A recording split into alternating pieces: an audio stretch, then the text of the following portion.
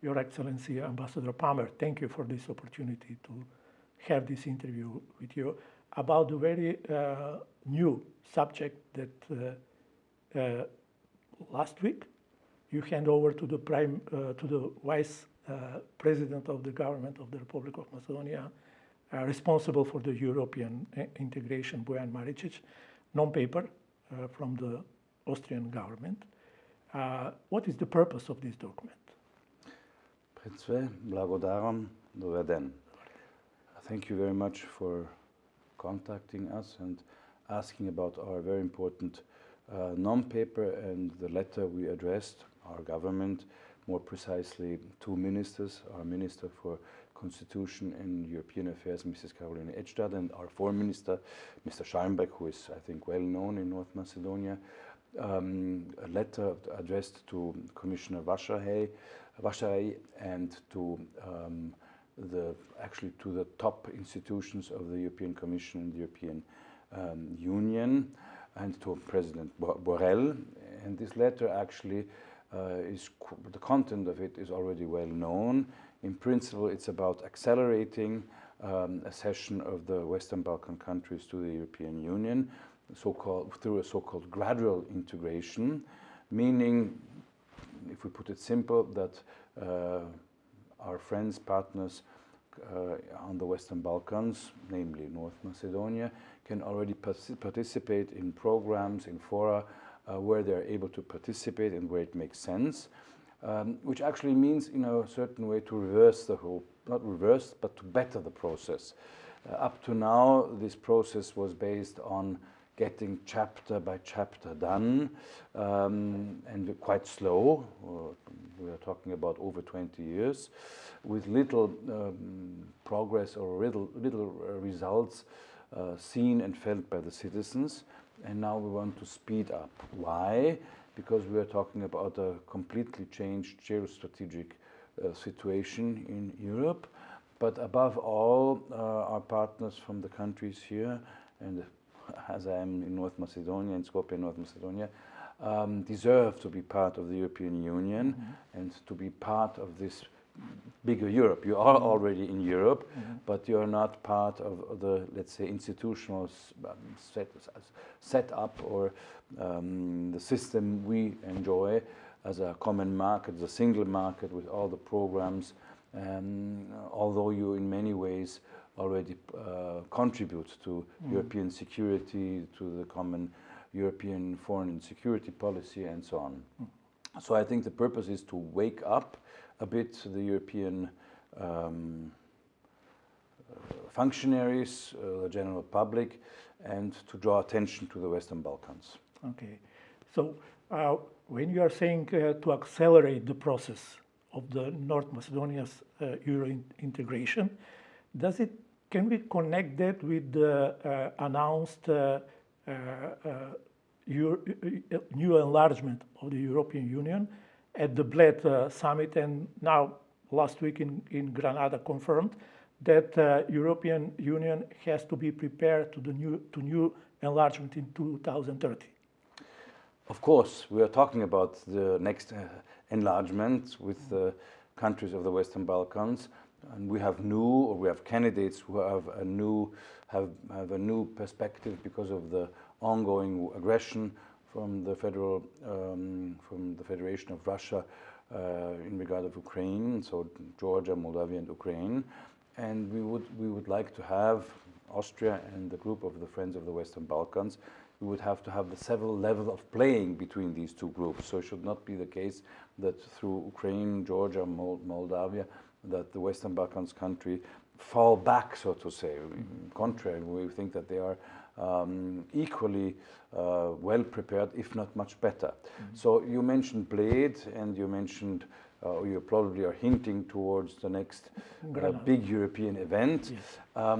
I think the paper and the content are something which kicks off a process to create consciousness that we have to do something.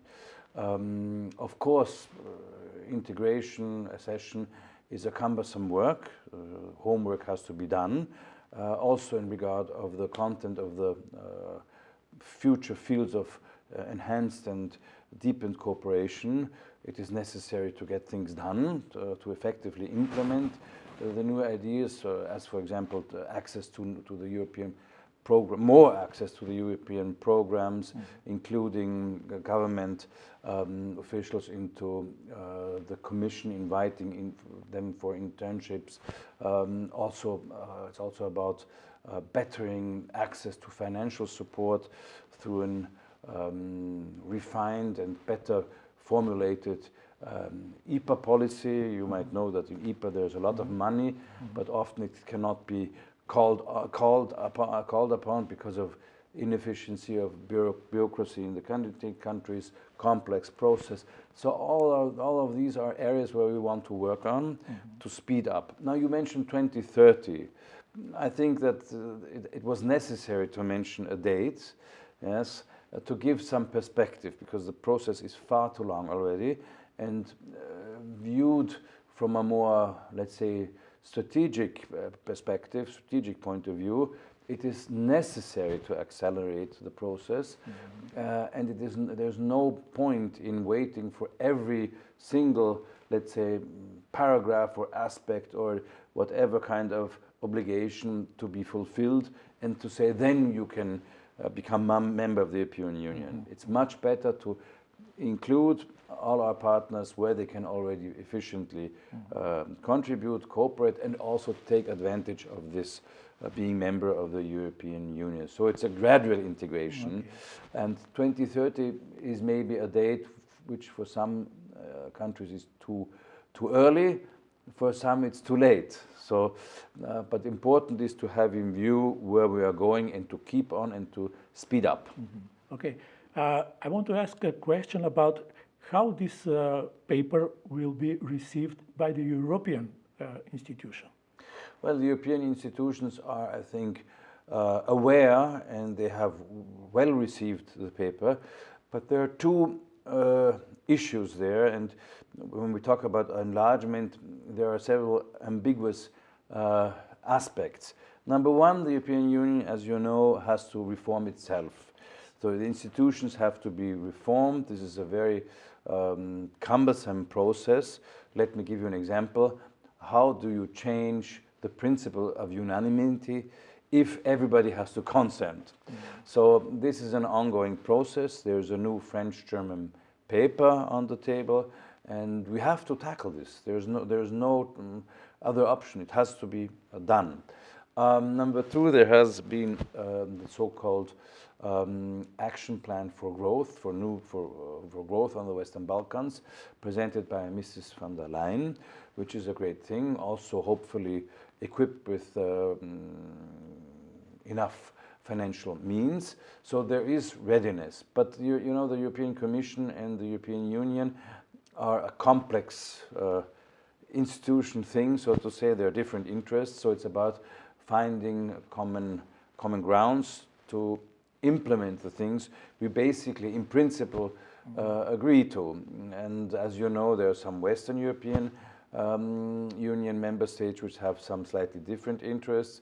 The group of the Friends of the Western Balkans, Central Europe, Austria, and Slovenia and Croatia have again, of course, the interest to integrate with much more speed the Western Balkans. Why?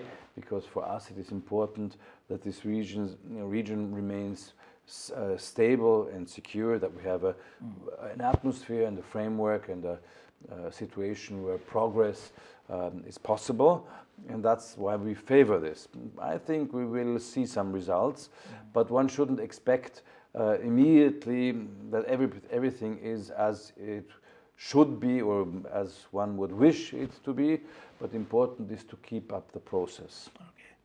So in that manner, it all depends, of course, most of all of our domestic homework that we have to... No, I think it's both sides. Both have to work on their homework. Yeah. They're doing it.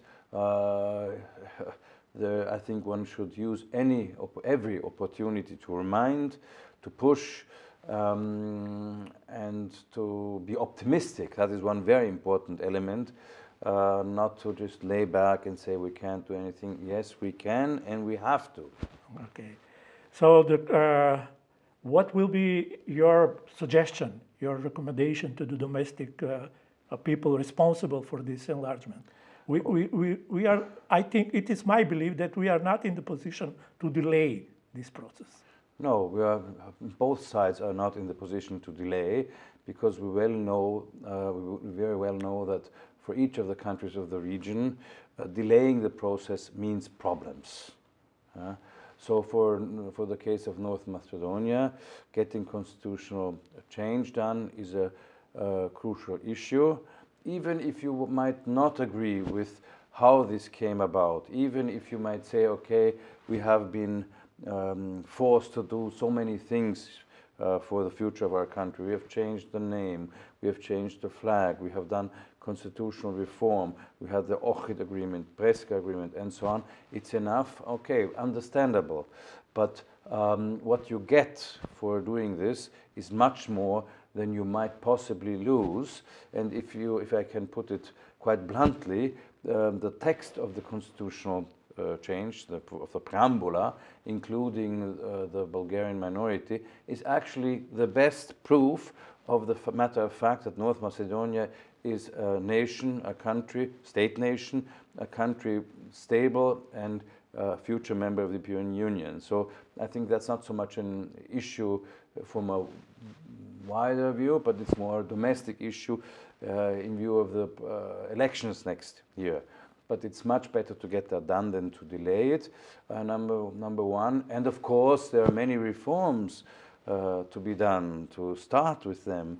And you cannot use the constitutional reform change for an excuse to not get other reforms done. Yeah? This country has a great potential. I have people who want to come to invest, to investigate, to see where they can do what. And if I travel around the country, I see many places which are empty or where nothing is going on. And all of this is connected to positive attitude, hope, but also perspective. So something has to be done. Much has been done, but there's much more to do. And the same goes for EU Europe, institutions and the leading elites, so to say, have to get also their homework done, mainly the institutional reform of the European Union. Then we will proceed. And by talking about it, you can create a certain consciousness. Politicians are aware of it. And actually, in general, Europe, EU Europe and not yet EU Europe, is not really in the position to be slow or to hesitate or whatever. We have demographic change. We have war going on. We are losing globally a position which we used to have. So it's decisive for our future to keep this path going, keep the process going. Okay. Thank you very much. You're welcome. Excellency. Yes, and just let me wish your lovely country all the best, and a more proud and optimistic approach to everything which is done. Okay.